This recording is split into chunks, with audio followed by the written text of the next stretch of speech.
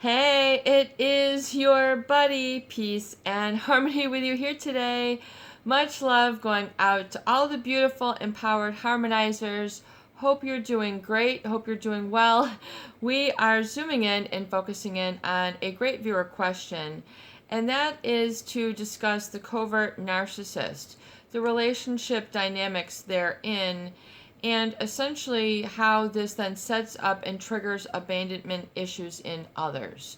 So, really, when we talk about a covert narcissist and how they sort of create or set up abandonment fear, sort of fear and trepidation in the relationship, it really becomes the very foundational emotion, neurochemistry, and that part of the fight or flight nervous system is sort of always on a slow hum or a loud hum for a lot of people, which results in a tremendous amount of anxiety, generalized anxiety, panic disorders, embarrassment in social situations or social anxiety, feeling uncomfortable, even just doing something regular for oneself, like buying groceries or getting your hair cut. Some people end up, creating and allowing a lot of things to slide. And then this creates a sort of a loss or a deficit of internal locus of control within the other individual, within what is known in the literature as the supply or their target. So a covert narcissist really has a pathological and short-sighted awareness of their own sense of self-importance. In other words, they don't see any other way. They're not open because they lack empathy. So they're really very resistant to change. So the way that they need people is really sort of a way to sort of indoctrinate them into what sometimes becomes just a very unhealthy relationship dynamic, but definitely and certainly an attachment disorder. And really what I feel then is a resulting thought disorder, which becomes apparent in those individuals who are trying to maintain or keep afloat this sort of unhealthy and dysfunctional relationship dynamic. It is very manipulative. It leaves somebody without any power, learned helplessness, a learned powerlessness, and a disempowerment, particularly that of being able to feel good about oneself, feel a sense of safety and trust in the world, a sense of confidence that they can personally handle things that come up, in their present or in their future. This foundation begins to become eroded or corroded away in a relationship with a covert narcissist. And the resultant is sort of a ongoing or chronic, undergirding fear that you might overstep the boundaries, you might upset this person. There's a lot that sort of goes unsaid. So the mind just sort of begins to reel and play itself, and it can, without adequate checks and balances, which means having a healthy individual to have and negotiate feelings and emotions and opinions with. This becomes very crucial and important, but a lot of people have found themselves very steeped, very in deep relationship patterns ingrained and engraved in the daily, in the ongoing, and developing their sense of their ability to dream or be happy, to be content becomes very disrupted. The foundation becomes corroded, eroded, shaky, or sometimes non-existent. This creates a lot of fear and really a sort of feeling of resourcelessness. I don't know what to do. Panic. I can't deal with this anymore. Sort of a relationship burnout. People become so frazzled and exhausted from this dynamic where, if you go and do your thing, there is a fear, if you act in your own interest. Because to do this would be it would contradict the truth that the covert narcissist wants you to feel in the relationship, namely that they are the upper hand, they're the ones who can think, they're the ones with solutions, they're the ones with the income, they're the ones with the talent. So there becomes this sort of exclusivity in the relationship, and a sort of nonverbal or sometimes very verbal communication of dependence necessary. In other words, the feeling is then, because of this lack of communication with a covert narcissist, one then arrives, through deductive reasoning, basically, in the natural autonomic thought process, that that one is not enough. One can't think themselves through this situation. They become, very resistive then internally to letting go of the relationship. And resistance meaning if you're not willing or able or feel comfortable, you'll feel wrong, uncomfortable, shaky ground. I can't make this. This is not the right decision. And so all this goes rippling on in their emotional body and creates a fearful heart. And a fearful heart will really create a fearful, ongoing daily experience of life. And then this becomes a tension and release sort of cycle of abuse, abuse, emotional abuse. Especially, how does this all affect one individual? I mean, it's to understand that because of this connection, there's a feeling that is indoctrinated or sometimes unspoken that you can't make it on your own, you're not smart enough on your own. You, because of this sort of subtle, you're not important, sort of all the ignoring, all the remaining aloof, all these sort of being checked out, in the covert narcissist, where they're sort of unemotionally available. They're not emotionally available. You can really feel a difference when you sort of do a body scan and you think of, the person, and then are they emotionally available? Compared to another person who you feel is always emotionally available. So there's a specific energy, a presence of energy that you will feel. So I think what oftentimes is very unsettling for those individuals who find themselves in relationships with a covert narcissist is that sort of ongoing, sort of repeating thought process, almost like a loop, almost like what you might consider like elevator music all the time. It's just so sort of in the background. If you tune into it, you can hear it, but it's just so ongoing that you just tune it out. It's like white noise or what have you. The fear within you then becomes like this white noise or this static, and then people don't realize that they are holding tension within their body. And they get, if you hold tension, always gripping your glutes, gripping your stomach, gripping your jaw, grinding your teeth, remaining armored, holding, tense specific areas of your body. This might, be okay for, people will do this for weeks, months, and years, but there becomes then a real imbalance and really a need for change because of the pain and suffering that the other individual feels on the other side of the covert narcissist relationship. Meaning, they don't get me, they don't hear me, I keep explaining it, things don't change. There's sort of ongoing suffering, which is fear-based and anxiety-based. It creates this sort of unwitting dependence on them, their approval, their blessings, their agreement. In other words, the fear that you might go against them and that this could permanently ruin the relationship. So the mind starts to create all this sort of inflated fear-based thinking, which can be going on for a long period of time, and it can create sort of a very intense anxiety, which is a feeling of fear that your dependence is based on something that you feel is uncertain or unreliable, undependable, yet on the surface, your behavior is saying, I depend on this person, I cannot let them go. And then, people become then very resistive to being their own person and feeling okay just living and navigating their life.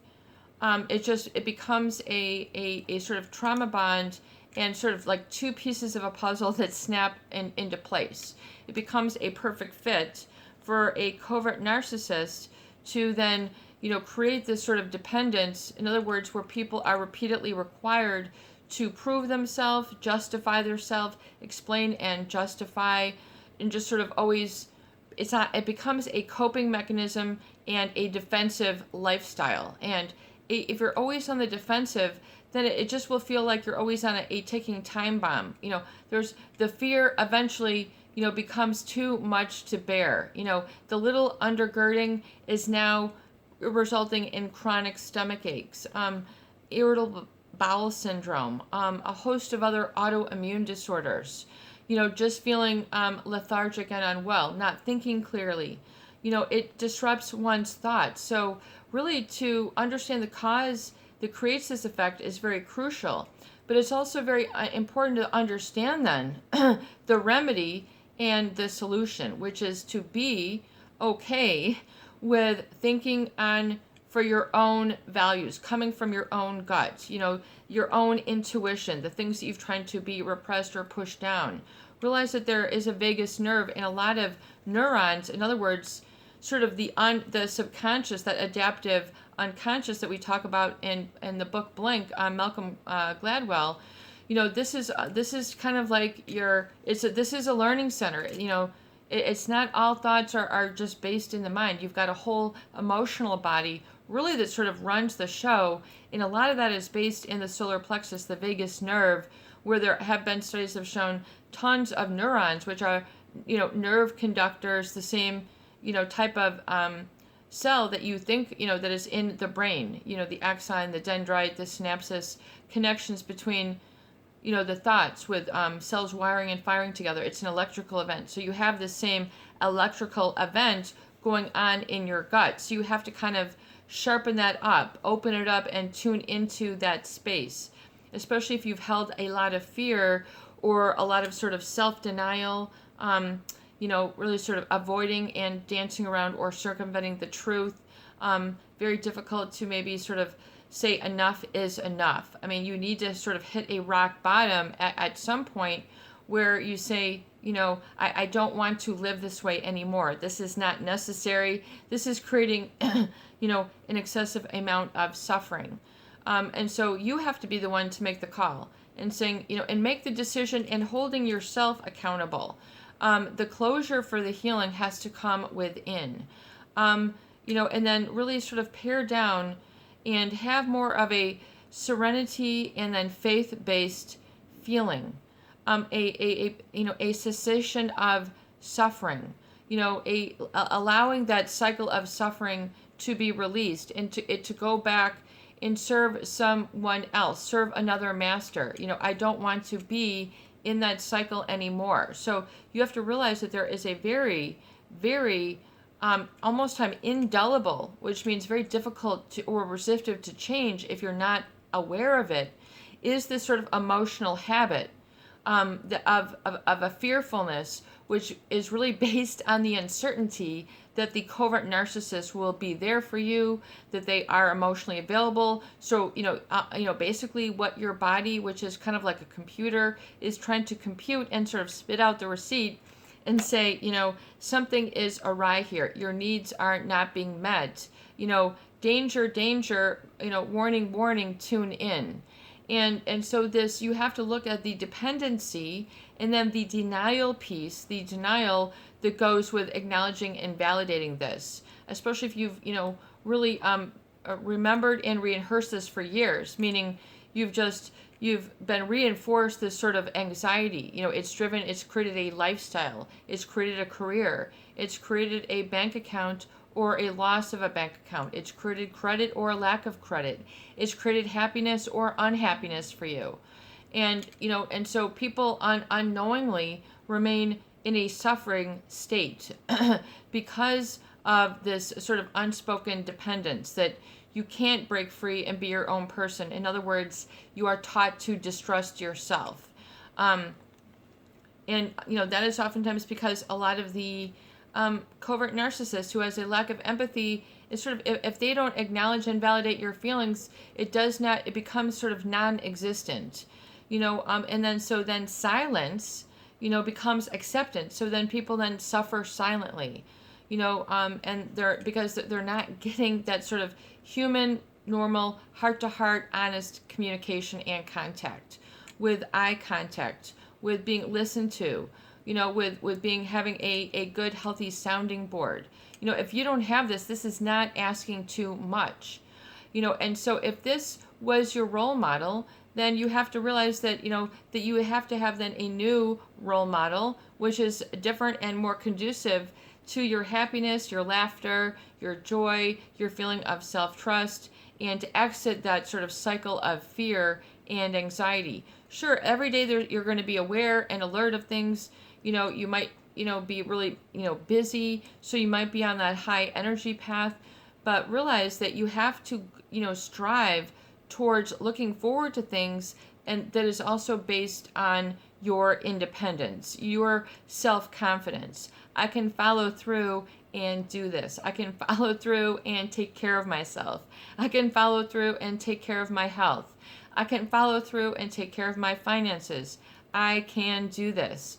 This is no big deal. Don't worry about it. So to develop a stronger internal self-talk oftentimes needs to be recalibrated, because a lot of people are, have this sort of internal critic running the show all the time.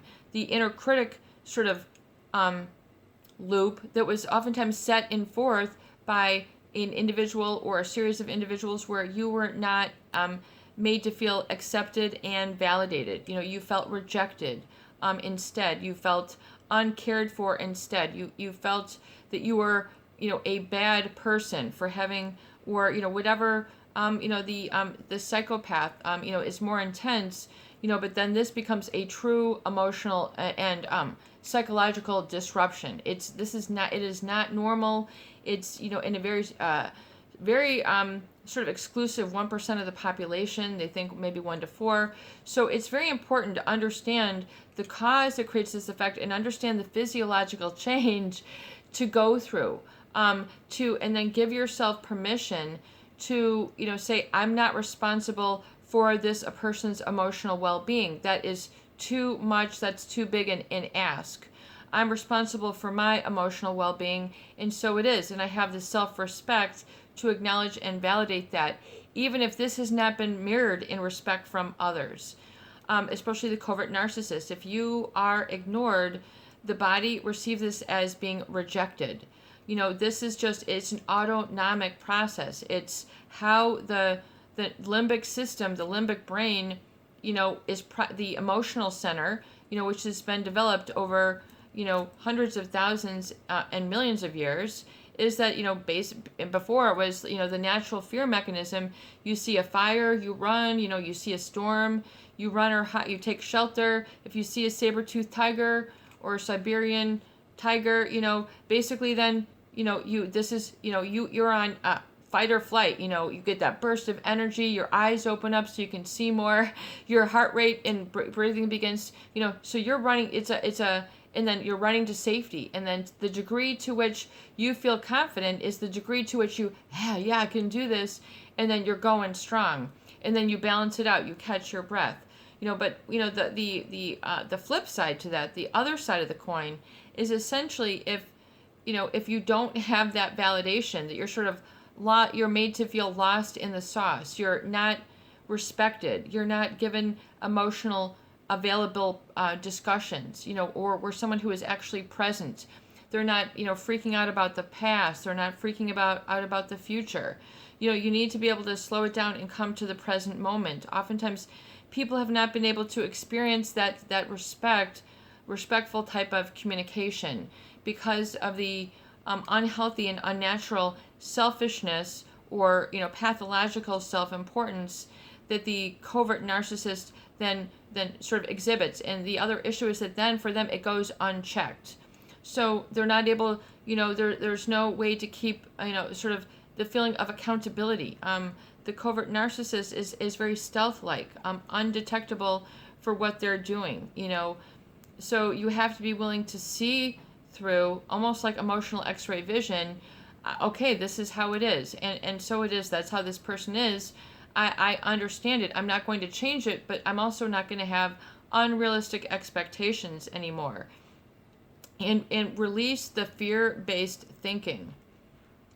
The fear-based thinking that creates that sort of uncertainty, anxiety, and a sort of feeling that you have to always be available or depend on the approval of this individual or meet their standards. Realize that it's okay for this to be internalized and for them to be different or not an energetic match to them, because oftentimes it's the very absence of satisfying others, being there for them, which is the problem with the covert narcissist. They just are aloof, gone, retreated, not available, not there. They don't give you the time of day. They don't give you your 15 minutes of fame or whatever it is. They just don't give you a place to be on set or to be present with them, just to be present. So this creates this sort of dependence in that you must rely on keeping them happy to keep you happy. So it's really like putting the cart in front of the horse. I mean, it should be the other way around. So it becomes very backwards. So you have to really be willing to change the dynamic and to realize, hey, I am important. I am independent. It is okay to be independent. It's okay to not make this other individual the focal point or of my decision making. My decision making is okay. I can count on and rely within. And it's okay to not be a counterforce to their force. In other words, stop resisting your own independence, your own I am, your own strength. Because to own your own strength would contradict the truth that the covert narcissist is trying to perpetuate in that relationship. Specifically that you are da da da da da. I mean, it's just and then you're treated as if, and then you become. And so you have to be willing to understand how this was set up in the beginning and be willing to create the new foundation, which is based on serenity, peace, strength, magnificence, realizing that you are magnificent and you are in the right spot. You are supposed to be feeling this right now, and that all things will come together if you trust the process, and realize you are okay and strong and doing amazing when you state your I am and owning what your serenity and your peace and your strength is, and giving up that learned helplessness. I am not helpless. I can affect my happiness. I can affect my health. I can affect my professional well-being. I can affect my physical well-being. You need to realize, and it's okay to take care of yourself. But for a lot of people, to do what they needed, to think clearly, to have a focus where they were the center of attention, oftentimes, was not promulgated, was not supported. It cannot coexist. One cannot, simultaneously put another up, on the main focus and then have yourself also at focus. It's like the town ain't big enough for the both of us sort of attitude that is created. So you have to be willing to dispel that spell or that feeling of self. It's really truly a limiting self-belief. It's something that you have learned and told yourself that is then fear-based. So unplug from the fear. Detach from that fear. It is okay to detach. You don't have to constantly be afraid. And look at the body's symptoms. If you're clutching or grinding the teeth, then become aware of it and relax. People are or the clenching. Be willing to realize you don't have to always do this. You can breathe easy. You can be at peace. You can appreciate the quantum field. You can be at one, and then people start respecting you as the person at peace that you are. But, it has to begin. You have to feel that self-respect and that completeness and that strength, and then others will mirror and reflect that and acknowledge and validate, but you've got to continue. You've got to keep along that path. You have to keep the attitude. The attitude is everything when it comes to healing from this very painful relationship dynamic that people have found themselves in. More on this later. Awesome question. This is your buddy, Peace and Harmony, with you here today, and I hope that these videos do help. Please share, please subscribe, and for goodness sake, please donate for more great tools, videos, discussion, and support. Peace be with you, and have a beautiful day.